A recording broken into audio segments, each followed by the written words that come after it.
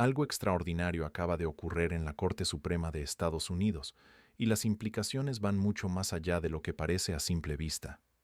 El Partido Republicano, que durante décadas ha invertido recursos masivos en moldear el poder judicial a su imagen, que ha celebrado cada nominación conservadora como una victoria permanente sobre el progresismo, acaba de recibir una lección fundamental sobre la naturaleza impredecible del poder institucional. Lo que estamos presenciando no es simplemente una derrota legal aislada, sino un momento revelador sobre cómo funcionan realmente las estructuras de poder en una democracia capitalista avanzada. Porque aquí está la cuestión central que debemos entender. Cuando construyes tu estrategia política completa alrededor del control judicial, cuando depositas todas tus esperanzas en que jueces designados de por vida actuarán como soldados ideológicos fieles, estás fundamentalmente malinterpretando cómo operan las instituciones y cómo los individuos responden una vez que obtienen poder institucional inamovible. Esta decisión de la Corte Suprema nos obliga a preguntarnos: ¿qué nos dice realmente sobre la fragilidad de las coaliciones políticas construidas exclusivamente sobre cálculo estratégico en lugar de principios sustantivos? Y más importante aún, ¿qué revela sobre las contradicciones internas dentro del movimiento conservador estadounidense, que ahora enfrenta las consecuencias de su propia creación? Permítanme explicarles exactamente qué está sucediendo aquí, porque esto no es solo otra noticia del ciclo político de 24 horas que olvidaremos mañana. Esto es un síntoma de algo mucho más profundo, algo que llevo décadas analizando en mis clases, en mis conferencias, en mis conversaciones con trabajadores, estudiantes y ciudadanos comunes que intentan entender por qué nuestro sistema político parece funcionar de maneras tan contradictorias y frustrantes. El Partido Republicano ha construido durante los últimos 50 años una de las estrategias políticas más ambiciosas y costosas en la historia moderna de Estados Unidos: la captura sistemática del Poder Judicial Federal. No estoy exagerando cuando digo que han invertido miles de millones de dólares, décadas de planificación meticulosa y recursos institucionales masivos en organizaciones como la Federalist Society, el Heritage Foundation y docenas de grupos de presión legal diseñados específicamente para identificar, entrenar, promover y posicionar jueces conservadores en cada nivel del sistema judicial estadounidense. Esta estrategia no surgió de la nada. Tiene raíces históricas específicas que debemos entender. Después de las decisiones de la Corte Warren en los años 50 y 60, decisiones que expandieron derechos civiles, protecciones constitucionales para acusados criminales y el alcance del estado de bienestar, la derecha política estadounidense llegó a una conclusión estratégica. No podían confiar en ganar elecciones democráticas consistentes para implementar su agenda. La demografía estaba cambiando. La opinión pública sobre muchos temas sociales se estaba moviendo en direcciones que no favorecían sus posiciones, y necesitaban una forma de institucionalizar su poder que fuera inmune a las fluctuaciones electorales. La respuesta fue obvia: controlar los tribunales, especialmente la Corte Suprema, donde los jueces sirven de por vida y pueden bloquear legislación, anular decisiones de agencias gubernamentales y fundamentalmente remodelar la interpretación constitucional durante generaciones. Y hay que reconocerlo, esta estrategia funcionó brillantemente durante mucho tiempo. Observen la composición actual de la Corte Suprema: 6 jueces conservadores contra 3 progresistas, una supermayoría conservadora que parecía garantizar décadas de victorias para la agenda republicana. Vimos cómo esta Corte anuló Roe versus Wade, expandió derechos de posesión de armas, limitó la autoridad de agencias reguladoras federales y emitió decisiones favorables a intereses corporativos una y otra vez. Cada nominación republicana era celebrada como otro ladrillo en una pared impenetrable de poder judicial conservador. Recuerdo las confirmaciones, los discursos triunfalistas, la sensación palpable entre líderes republicanos de que finalmente habían asegurado una victoria permanente, que habían construido algo que los demócratas y progresistas no podrían deshacer durante al menos una generación completa. Pero aquí es donde la historia se pone interesante, donde las contradicciones inherentes en esta estrategia comienzan a revelarse, porque resulta que los seres humanos, incluso aquellos seleccionados cuidadosamente por su lealtad ideológica aparente, no son máquinas programables.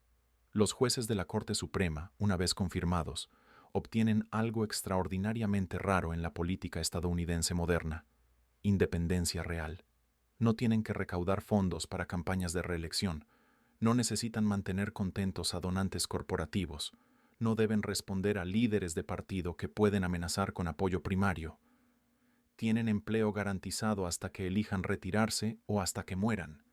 Y esta independencia estructural crea una dinámica fascinante que los estrategas republicanos aparentemente no anticiparon completamente. Históricamente, hemos visto este patrón repetirse una y otra vez.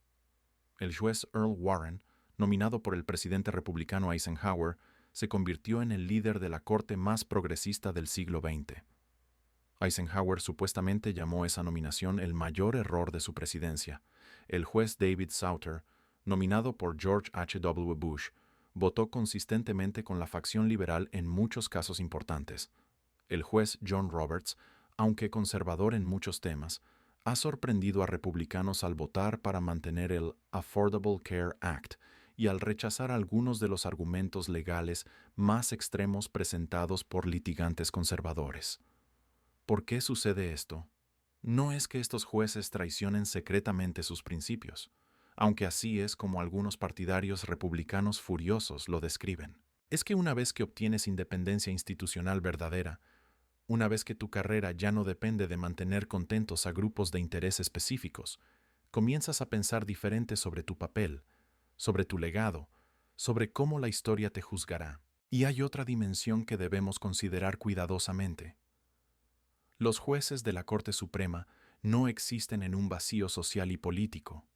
Leen periódicos, hablan con colegas legales, observan las reacciones públicas a sus decisiones, están conscientes de cómo la academia legal analiza su trabajo, especialmente para aquellos que se preocupan por su reputación histórica y profesional.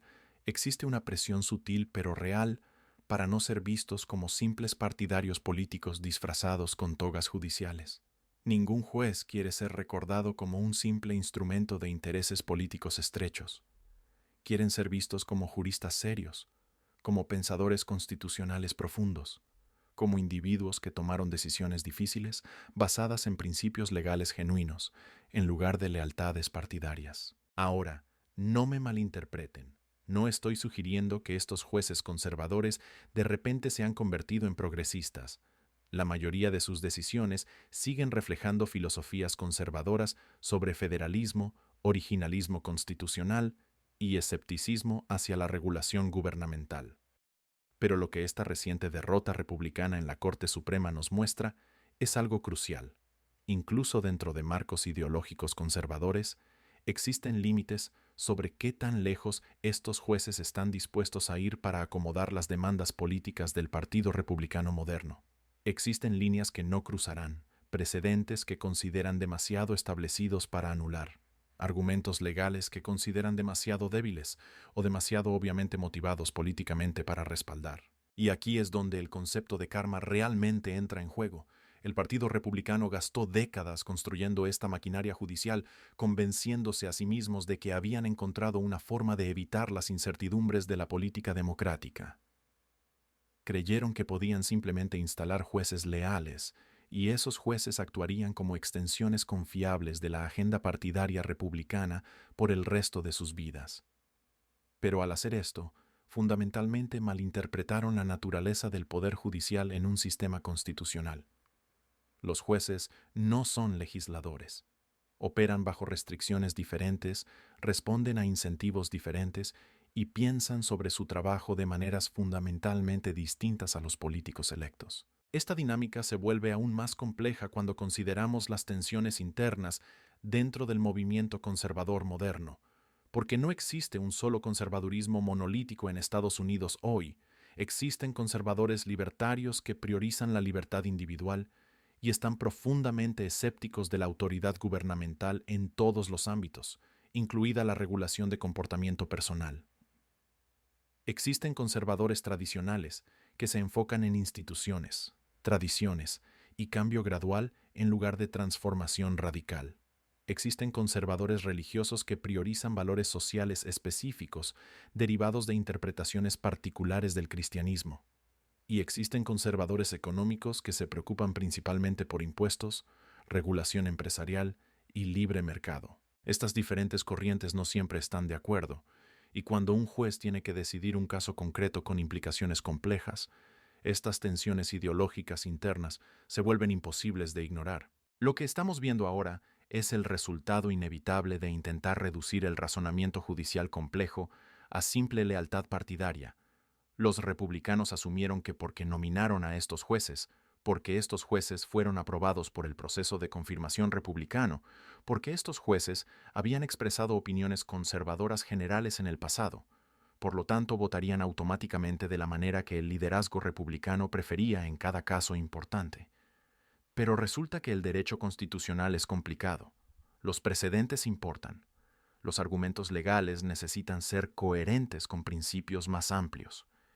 Y cuando llegas a la Corte Suprema con argumentos legales débiles, incluso jueces conservadores pueden rechazarlos, no porque secretamente estén de acuerdo con progresistas, sino porque son lo suficientemente profesionales para reconocer un argumento legal malo cuando lo ven. Permítanme ser absolutamente claro sobre algo importante. No estoy celebrando ingenuamente esta derrota particular del Partido Republicano como si significara que la Corte Suprema Conservadora de repente va a comenzar a emitir decisiones progresistas consistentemente. Eso sería ridículo y desinformado. Esta Corte seguirá siendo conservadora en la mayoría de los temas durante el futuro previsible. Seguirán favoreciendo interpretaciones limitadas del poder gubernamental federal. Seguirán siendo escépticos de regulaciones expansivas. Seguirán interpretando la segunda enmienda generosamente para propietarios de armas. Seguirán siendo hostiles hacia acciones afirmativas y muchas políticas progresistas. Lo que esta derrota específica nos muestra no es que la Corte se ha vuelto progresista, sino algo diferente y quizás más interesante, que la estrategia republicana de captura judicial tiene límites inherentes que no pueden ser simplemente superados con más nominaciones conservadoras. Y esto nos lleva a una pregunta más profunda sobre la naturaleza del poder en sistemas políticos complejos. El Partido Republicano persiguió el poder judicial porque pensaron que era más estable, más predecible y más aislado de las presiones democráticas que el poder legislativo o ejecutivo. En cierto sentido tenían razón.